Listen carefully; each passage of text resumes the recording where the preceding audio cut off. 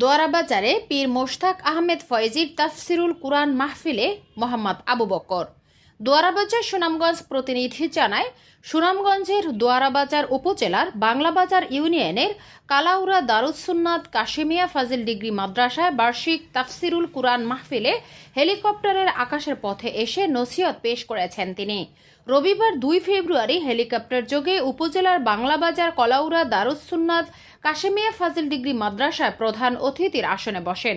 এ সময় প্রধান অতিথি হিসেবে বয়ান পেশ করেছেন হযরত মাওলানা পীর মোশতাক আহমেদ ফয়েজি।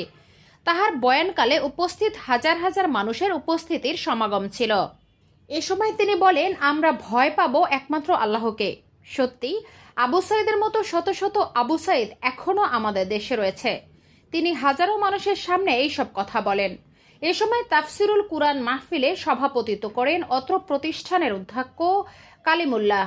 বিশেষ অতিথির বক্তব্য রাখেন ভাইস প্রিন্সিপাল আলহাজ মাওলানা আব্দুস সাত্তার, সাবেক বগলা ইউপি চেয়ারম্যান আরিফুল ইসলাম জুয়েল, বর্তমান সুরমা ইউপি চেয়ারম্যান হারুনুর রশিদ, উপজেলা আমির জামায়াত ডাক্তার হারুনুর রশিদ, দাতা সদস্য উপজেলা বিএনপি যুগ্ম আহ্বায়ক খোরশেদ আলম, ট্যাংরা মাধ্যমিক উচ্চ বিদ্যালয়ের প্রধান শিক্ষক জোবায়ের হোসেন মজুমদার, বিশিষ্ট ব্যবসায়ী ডাক্তার জহির, সাবেক ইউপি সদস্য আমির হোসেন সহ প্রমুখ।